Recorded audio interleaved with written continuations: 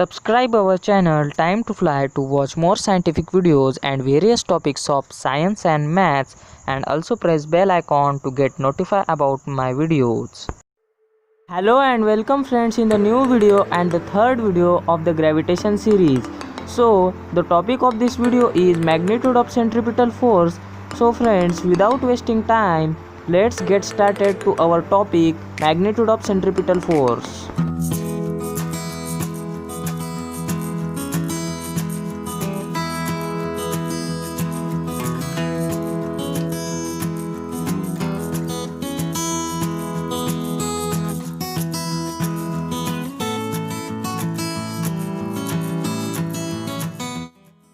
आज का टॉपिक शुरू करने से पहले हम जान लेते हैं कि हमने प्रीवियस वीडियो में क्या देखा था। प्रीवियस वीडियो में हमने देखा था यूनिवर्सल ग्रेविटेशनल थियरी और केपलर्स लॉ, तो उसे ही रिवाइज करेंगे हम पहले और फिर देखेंगे हमारे आज के वीडियो का topic magnitude of centripetal force. तो प्रीवियस वीडियो में हमने सबसे पहले देखा था केपलर्स 3 लॉ, जिसमें हमने केपलर्स फर्स्ट लॉ में देखा था the orbit of the planet is an ellipse with the sun at one of the foci.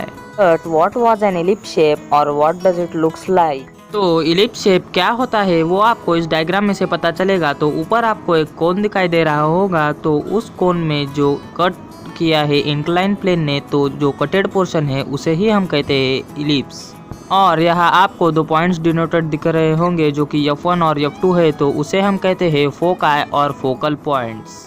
तो अब मैंने आपको बता दिया है कि इलिप्स शेप क्या होता है और कैसे दिखाई पड़ता है, लेकिन कई लोगों को कन्फ्यूजन होगा ओवल शेप में और इलिप्स शेप में, क्योंकि वो दोनों एग्जैक्टली सेम दिखाई पड़ते हैं लेकिन उनकी प्रॉपर्टीज़ कुछ डिफरेंट है। तो देखते हैं हम प्रॉपर्टीज़ इलिप्स शेप की। So the property number 1 is such that the sum of the distance to the two focal points from every point on the curve is constant। तो इसका मतलब है कि अगर कर्व पे कोई पॉइंट है, यानी कि बाउंड्री पर कोई पॉइंट है इस इलिप्स के, यहाँ पे देखो ABC 3 पॉइंट्स दिखाई दे रहे हैं, तो उन पॉइंट्स से डिस्टेंस उन 2 फोकल पॉइंट्स तक उनकी सम इक्वल होगी हर पॉइंट के लिए। इसका मतलब है कि BF1 प्लस BF2 इक्वल होगा AF1 और AF2 से। सिमिलरली CF1 और CF2 भी इक्वल होगा उनके साथ। And the property number 2 is that कि जो मैंने अब डिस्टेंस बताए थे जो इक्वल है, तो वो डिस्टेंस भी अप्रॉक्सीमेटली इक्वल हो गए उसके मेजर एक्सिस से। और इस डायग्राम में जो सेंटर हाईलाइटेड लाइन है वो इस इलिप्स की मेजर एक्सिस है। और जहाँ पर बात है ओवल शेप की, तो वो कोई भी प्रॉपर्टीज़ फॉलो नहीं करता। तो अगर आपको समझ में आ गया है कि इलिप्स शेप क्या होता है, तो चलते हैं वीडियो में आगे और देखते हैं Kepler's second law. And the Kepler's second law states that the line joining the planet and the sun sweeps equal area in equal interval of time। तो अगर इस फिगर में distance AB, distance CD and distance EF equal interval of time में किसी भी planet ने travel किए हैं, तो the line joining sun and the planet can sweep equal area in equal interval of time. It means that the distance SA will be sweep area, that is the area of SAB will be equal to the area CSD, and this all also equals to EFS. So this is the second law of Kepler. So let's walk towards the Kepler's third law, and Kepler's third law states that the square of its period of revolution around the sun is directly proportional to the cube of mean distance of the planet from the sun।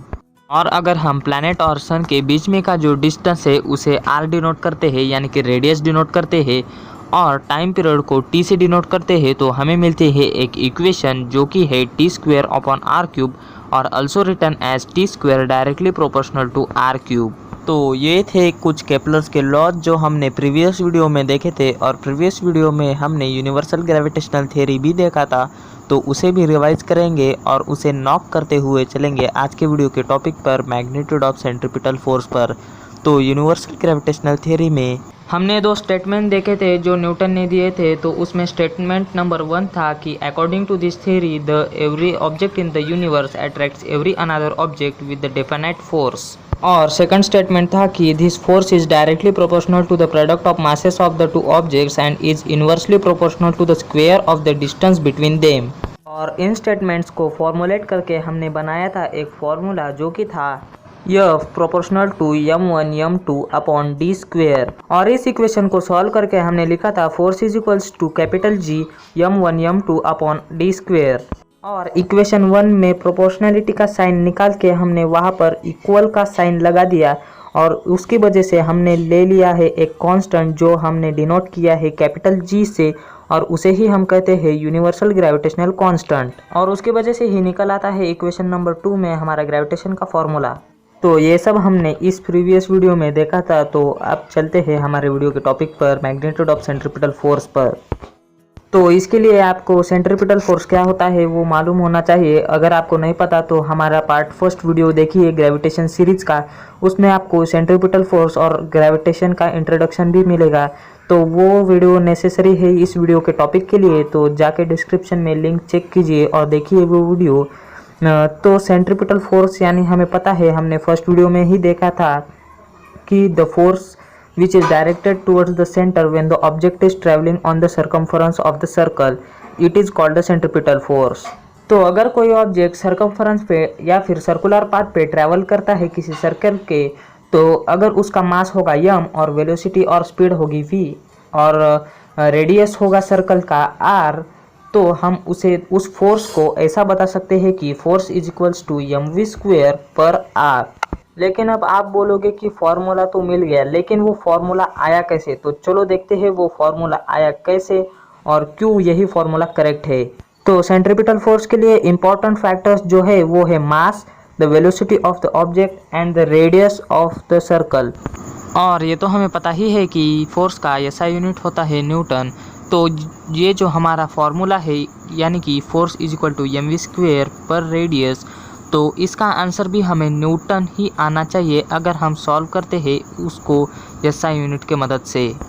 तो अब centripetal force के लिए हमारे पास factors है मास, velocity and radius. तो हमें उसे कुछ ऐसे मैनेज करना है कि उनके वजह से आने वाला एसआई यूनिट जो होगा वो होगा न्यूटन। तो चलो फॉर्मुलेट करते हैं सेंट्रीपिटल फोर्स का फॉर्मूला। तो सिंपली हमें ये तो पता है कि फोर्स इक्वल होता है मास इंटू एक्सेलरेशन, तो लिख लेते हैं force is equal to mass into acceleration. और हमें ये तो पता है कि मास का ऐसा यूनिट होता है केजी और एक्सेलरेशन का ऐसा यूनिट होता है मीटर पर सेकंड स्क्वायर। तो अब हम रखेंगे मास की जगह केजी और एक्सेलरेशन की जगह मीटर पर सेकंड स्क्वायर इन इक्वेशन 1। तो स्टेप 2 में आपको दिख रहा होगा force is equal to KG into metre पर सेकंड स्क्वायर। लेकिन हमारे जो सेंट्रीपिटल फोर्स के फैक्टर्स है जो कि मास और वेलोसिटी और रेडियस, तो हमें इस इक्वेशन नंबर 2 में मास तो आ गया है जो कि हमने लिखा है केजी। तो अगर अब हमें चाहिए वेलोसिटी और रेडियस, तो अगर हम इसको मल्टीप्लाई और डिवाइड करते हैं रेडियस से, तो चलो देखते हैं क्या निकल आता है। तो अब हमने मल्टीप्लाई और डिवाइड कर दिया है रेडियस से, लेकिन रेडियस का भी ऐसा यूनिट होता है मीटर, तो इसीलिए रेडियस की जगह हमने लिख दिया है मीटर और मीटर से ही मल्टीप्लाई और डिवाइड कर दिया है इस इक्वेशन को। तो यहाँ पर मीटर और मीटर का मल्टीप्लिकेशन होगा और होगा मीटर स्क्वायर। और मीटर स्क्वायर पर सेकंड स्क्वायर को हम ऐसा भी लिख सकते हैं कि ब्रैकेट मीटर पर second bracket close and the whole square.